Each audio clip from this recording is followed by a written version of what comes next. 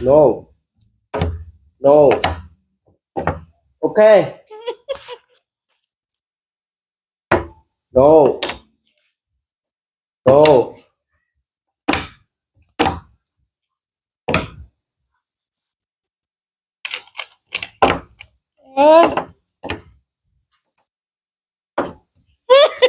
Ba phải cho năm không? Chị làm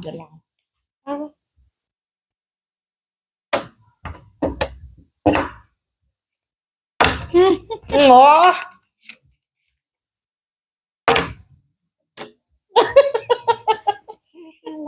đó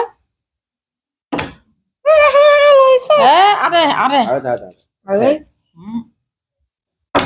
Thôi. thôi buồn hay đau mùi rồi anh mới lên buồn này lấy buồn